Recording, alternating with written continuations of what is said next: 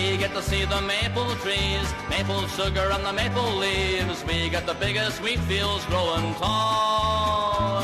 In Canada, where we see the reversing falls. In Canada, we get to see them all. Good day, eh?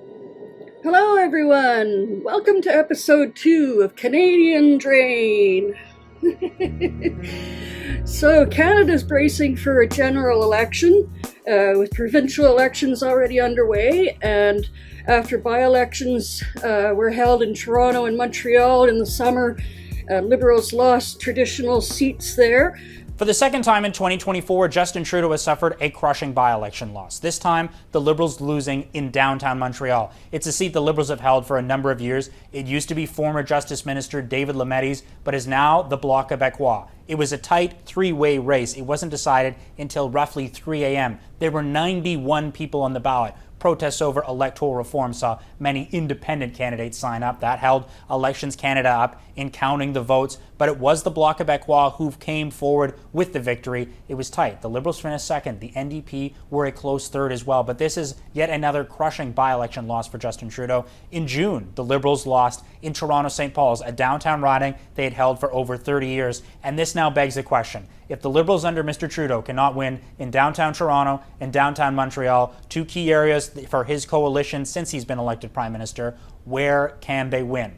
And last month, Jagmeet Singh and the NDP tore up their governance deal they made in 2022 with the Liberal minority government. Here on CTV News Channel, I'm Todd Vanderheyden. Breaking news from Ottawa. The New Democrats are pulling the plug on a political deal they have with Justin Trudeau and his Liberal Party. That deal was signed in March of 2022. It's helped to keep Trudeau in power for the past 2.5 years, but now it is over. A video being posted on social media by the NDP. Watch this. Today, I notified the Prime Minister that I've ripped up the Supply and Confidence Agreement. Canadians are fighting a battle for the future of the middle class. Justin Trudeau has proven again and again he will always cave to corporate greed.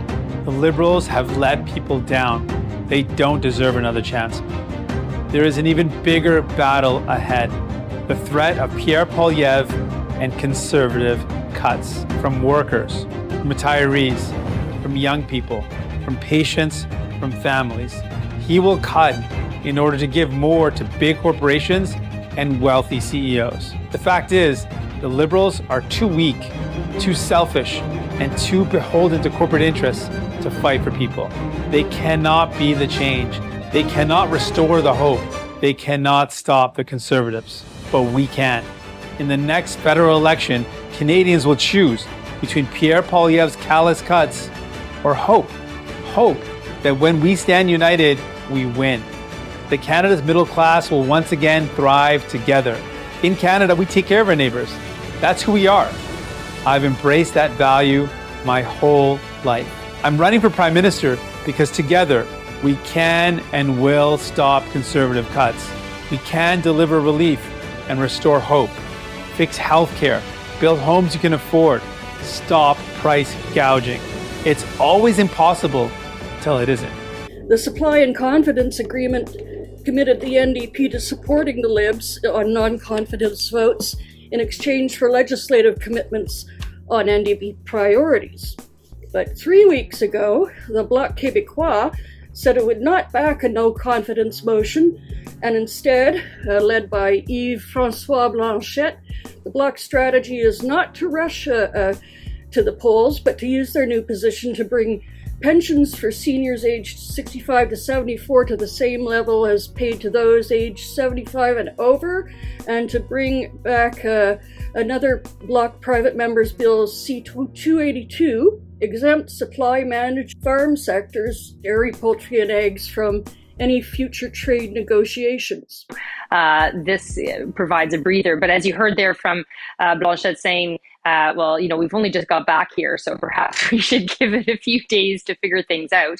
One of those things that he would like to see happen is a Bloc Québécois private members bill. I believe the number is C319, but It's basically about more benefits for seniors, especially between the 65 and 75-year-old range. And he's hoping that now he's got the clout and the leverage to get the royal recommendation it needs from the government, because it is a private member's bill that actually includes money. That's what it's needed to pass. So that's a priority for him. And I think he'd like to give it a chance to see if he could get that done for Quebec before we go into an election. So when he talks about whether something's good or not for Quebec, it doesn't necessarily have to be explicit. So, you know, the non-confidence motion, as you said, is very simple, 12 words, doesn't mention anything other than not having confidence in the government. But I guess at this point, he doesn't feel like that would benefit Quebec because there's still a chance to get things done. In an ultimatum to the Liberals, the Bloc is giving them until October 29th to enact these bills, or the party will start working with the opposition to topple the government.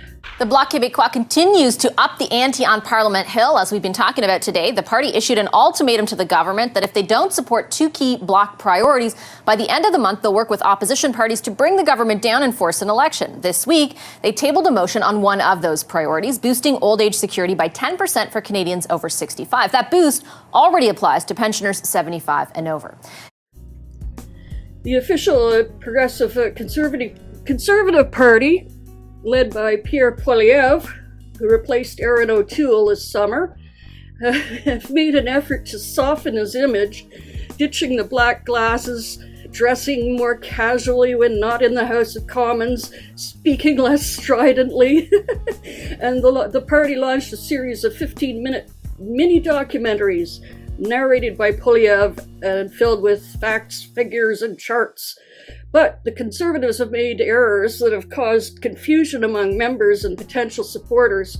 For example, in 2022, Poilievre vowed to keep the House sitting over the Christmas break unless Liberals axed the carbon tax. Conservative leader Pierre Poilievre is fired up. Your priority, sir, election? Priority, axe the tax.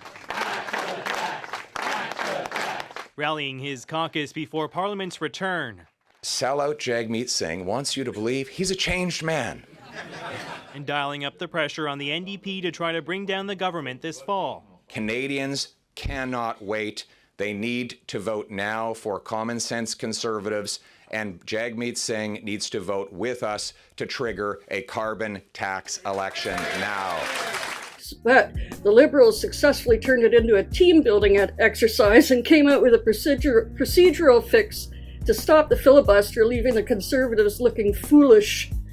And worse were the Conservatives' votes against an updated Canada-Ukraine free trade deal on the grounds that it would institute a carbon tax. The pact only contains a non-binding measure to promote carbon pricing and to address impacts and risks associated with climate change through adaptation measures. I can't read. But since 2011, Ukraine has had its own form of carbon pricing, which is needed to be accepted as a member of the European Union, an objective that Canada supports.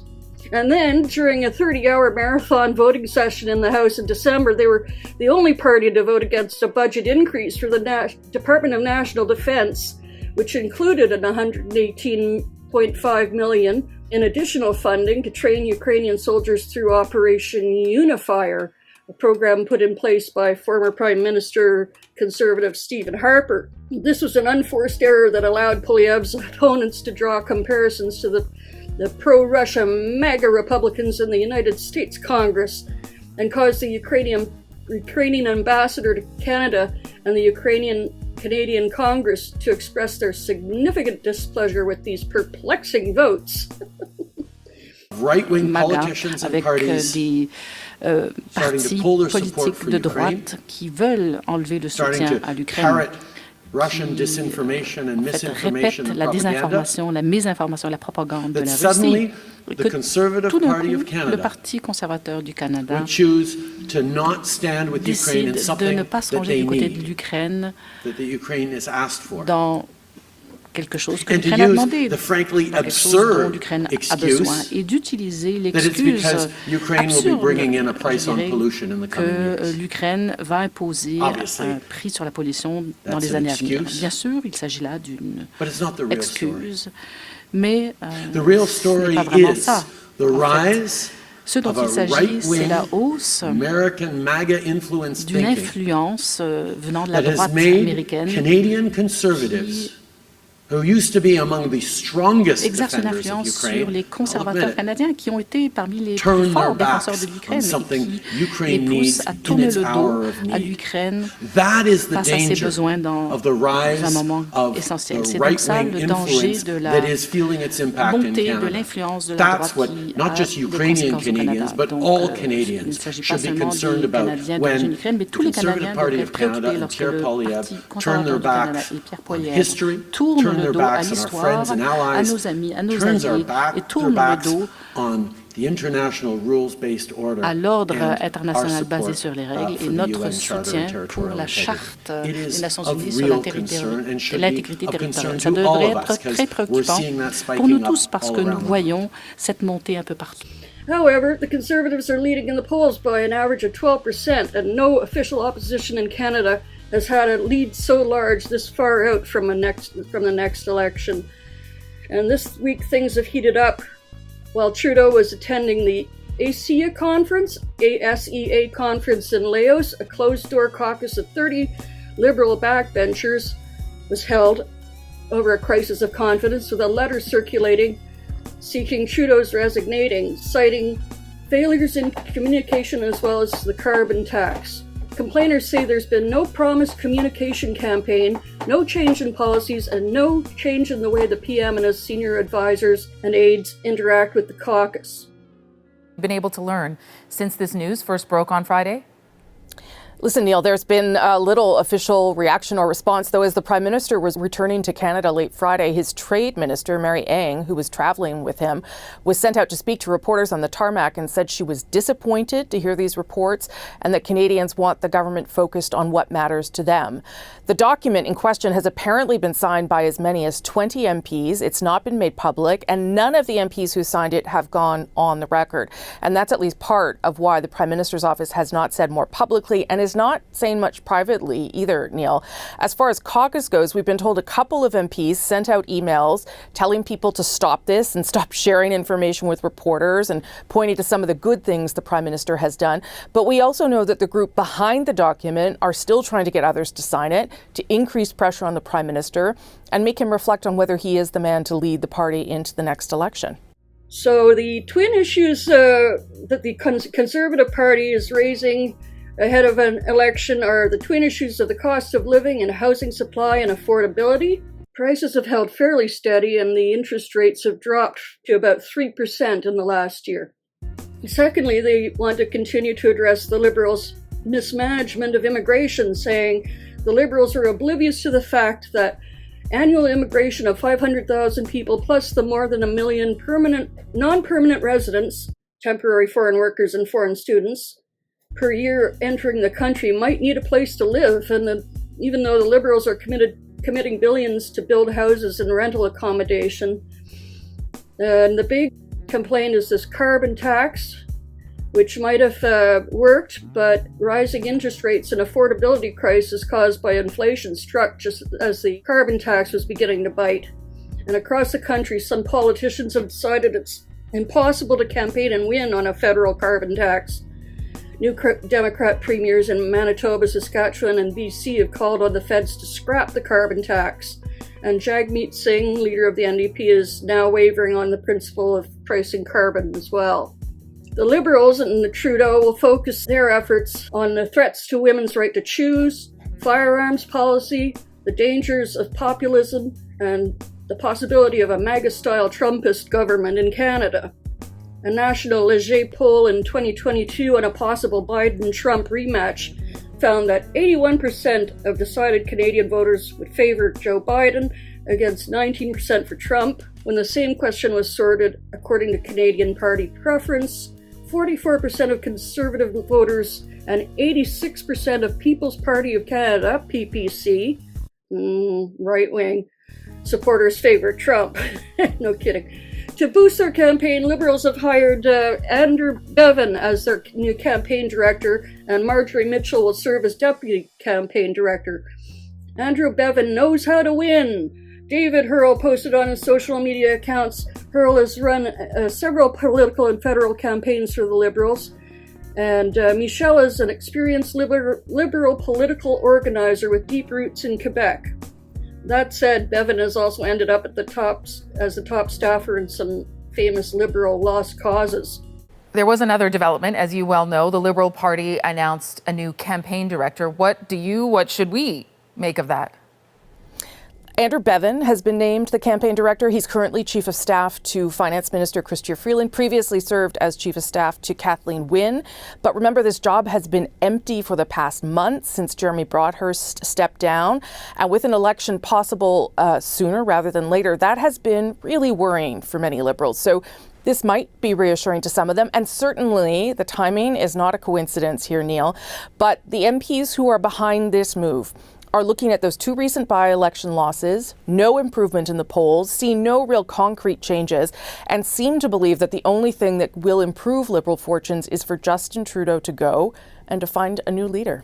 Singh says he'll be running for PM to fight the Conservatives' push to cut the health and dental and pharmacy care that was recently enacted, and to preserve the pension plan, as well as putting a price cap on groceries, and to help renters with affordable housing. There's a possibility of a prorogue in which the leading party would suspend activity in Parliament, essentially stretching it out until they're ready to call for a general election. Minister Karina Gold, the government House leader, told me they're still open to discussions, but it feels like the Bloc doesn't think it's going to move. No, I don't know why the Bloc would think the government's going to move, and I don't know why the government would move now that it decided to play its cards the way it did. So, I mean, it's a challenge for the government in the sense that it means there's only one rope left that they swing on to keep this parliament alive in terms of opposition partners. That's the NDP now. But I don't know how the two parties come together. And, you know, Blanchet knew where he was drawing the line. I thought it was sort of peculiar this week. He says, I'm drawing this line here. It's in ink. Don't dare try to cross it. Okay, you crossed it. I'm drawing it again and daring you not to cross it again. I think, you know, that debate's over. So I think you pretty much have to operate that you can't, on the assumption that you can't rely upon the Bloc if you're the government for the balance of this parliament. That's why I think we're probably headed toward a prorogation eventually. So we'll see with these this push by these Liberal backbenchers and the pressure from the NDP and the Bloc and the Conservatives leading in the polls, the loss of those two key seats in the by-elections in Montreal and Toronto. We'll have to see. We'll wait and see what Trudeau is going to decide. And he doesn't seem to be making any effort to change his ways. I'm not going anywhere. Regardless of these pressures recently, he seems to be just holding the line. I'm not going anywhere. I've got a fight to lead against people who want to hurt this country. And we'll just have to wait and see whether he will prorogue or whether he'll be forced to call an election. Stay tuned for more on Political Drain, Canadian edition.